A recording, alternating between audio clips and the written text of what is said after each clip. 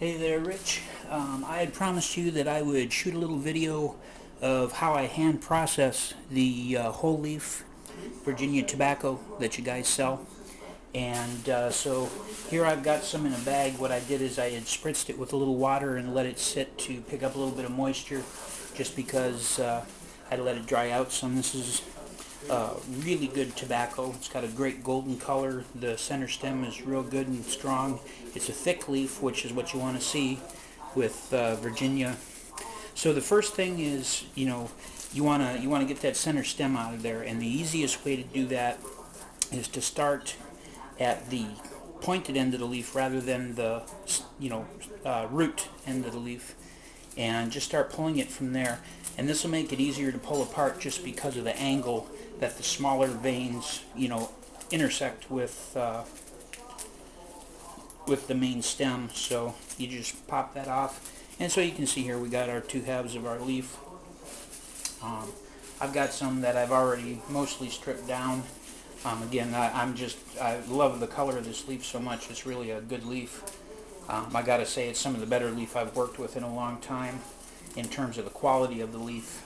There's a lot of people that are selling whole leaf, but they're selling the leaf that the cigarette companies passed up. So it's, B grade or C grade or whatever. But what I'm doing here is I'm just kind of stacking it up. No fancy methodology to it, it's just a matter of pull off some leaf, make a relatively flat stack. This leaf is a little darker and a little drier, but basically I'm taking the stacked leaves, I'm folding them in half. So we've got them kind of folded in half. And now what I'm doing is I'm just rolling it up into a tube like a cigar. And it doesn't have to be perfect or fancy or anything. If I've got any little ends sticking out, I just kind of fold them under, and so I've got kind of a wad here of tobacco. I'm going to grab my bowl here. And so what I'm going to do is I'm going to just take a normal kitchen shears, and I'm going to start to cut this tobacco. And rather than cutting it straight across this wad, I'm going to cut it at about a 45-degree angle. With a good set of shears, you can cut it fairly fine. Let me get up a little higher here so you can see what I'm doing. I'm just taking the time. I get it right down in the root of the scissors and just cut slow, and that'll allow me to control a nice narrow cut.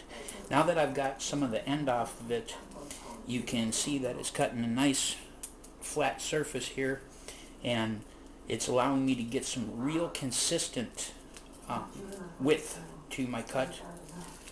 And there's a reason why we're cutting this at this angle. And what it is it's going to help us to get a more consistent cut in regards to the length of our tobacco pieces as opposed to the width of our tobacco pieces. The width we're controlling by how far we cut, up this wad of tobacco. But the length of the tobacco itself, we're going to control, because as any of you who played with paper and scissors when you were a kid, if you roll up a piece of paper and then you cut it at an angle, what happens is when you unroll it, you get a zigzag. And this zigzag is what we're after, because the points of the zigzag are the weak points of that zigzag. So in other words, it goes up to a point and it goes down to points, back and forth, and it's where the points are that it's going to be weakest, and that means when we pull it apart, it's going to come apart at those points. And something a lot of people are not aware of is that the original term zigzag tobacco had to do with angle cut tobacco like this. And so having cut that, I've got a couple of bigger pieces here that fell off while I was cutting. I'm just going to pull those out of the bowl so they're out of the way. But getting up here on my bowl, if I can, here we go. This is enough to do quite a number of cigarettes, and what I want to do here is I want to grab one of our cuts and just demonstrate how the zigzag is, but that'll take a little bit of talent here to unwrap it. But here's one you can probably see, where you can see that there's kind of a zigzag shape to the tobacco. When I pull it, it's at that point that it comes apart, and what that means is as I break this up and it comes apart at the points, I'm going to have consistency in terms of the length of my pieces of tobacco. Now, so we rolled it all up, and if your tobacco is pretty moist, you know, it can be a little tough to, you know, get those unrolled if you don't know a simple way to do it. So what I do is I gather all the tobacco up between my hands, and I'm just rubbing it and rolling it in a ball. I'm just rubbing it back and forth and rolling it in a ball. And what this is doing is this is opening up those loops and kind of breaking it up. And so now you can see they're all nice and open and loose, and if I just start tugging it and letting it drop, it's breaking it into those nice consistent lengths. I'm going to see if I can manage to tip my camera a bit more here so we can see the bowl as we work. I'm no cameraman, that's for sure. There we go. And a little that way. Here we are. So now it's all nice and unrolled. I cut this a little bit on the wide side because when it comes to the flavor of your tobacco, the narrower the cut, the smoother the smoke, the wider the cut, the more the true taste of the tobacco comes through. This is why in pipes, you'll find that pipe cut tobacco is cut fairly wide. It's because you're smoking the tobacco primarily for its flavor. And so, what's a good example? Drum cigarette tobacco, what they call Dutch cut, is cut super, super fine, and when you roll it up, it's a very smooth smoke. Well, that's because the smoke-cured burley that they use for that is a really strong tobacco. But so cutting this a little bit wide means that I'm going to get a real pure Virginia taste from this, and because I like to mix Turkish in with this, that nice pure Virginia mixing with that good Turkish is going to make a really great taste. If I can kind of get this tipped where we can see the bowl. Like I say, I'm not much of a cameraman here. I guess I'm going to have a little trouble with that, but let's see here. Well, it's not working. I was going to try to show you how nice this breaks up, but I guess we'll do a little low-budget special effects here, and I'll see if I can kind of get it here. Hello, there we go. So that you can just kind of see, I'm just kind of lightly tugging it. And as I lightly tug it like this, it's coming apart at those points. I don't have to do anything special to make it happen. It's just coming apart at those points, and my tobacco is being nice and consistent.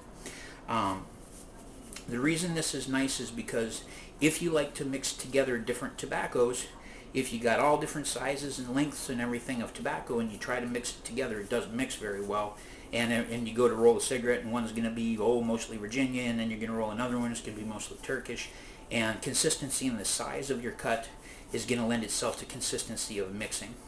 But I'm going to bring us back over here and just one more time real quick, go through this process again, just so you can see how quick and easy it is. It doesn't take a long time to cut enough tobacco, you know, to make a pack of cigarettes or more. And so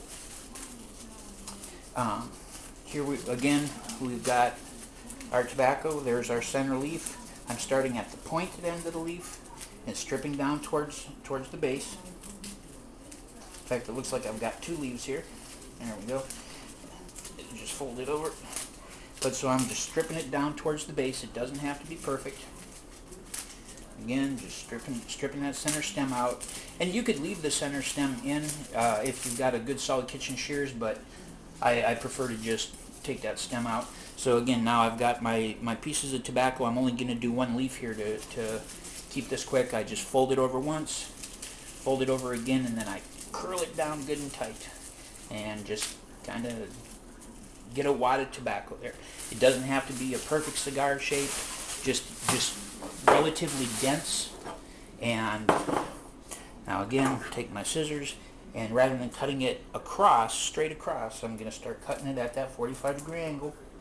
I root the tobacco into the base of my scissors, and I cut forward. Just as simple as that. Nothing fancy to the technique, but by rooting it down to the base of the scissors, I got more control over how thick I make that tobacco. Now here I'm gonna cut some a bit thinner than I was cutting the last ones, just to demonstrate that it's just a matter of, you know, having a little bit of patience, and just nice thin. And I'll just mix those in with my thicker ones because it'll be no problem at all in my cigarette machine. I don't use one of the fancy crank cigarette machines. I've got the EXP 1000, which is an inexpensive machine. It costs about 20 bucks, and they're made in Canada. They've been around for, man, like 15 years or something, and you know, they're inexpensive, they work really good, they last a really long time, and I just can't see going and paying $50 or $60 for a hand crank, you know, cigarette machine when I can get one for 20 bucks that does just as good a job. And you know, I'm practical that way. But anyway, so here we are cutting up the very last of it. Alright, we get her cut down, and again I'm gathering it up between my hands. I'm rolling it in a ball.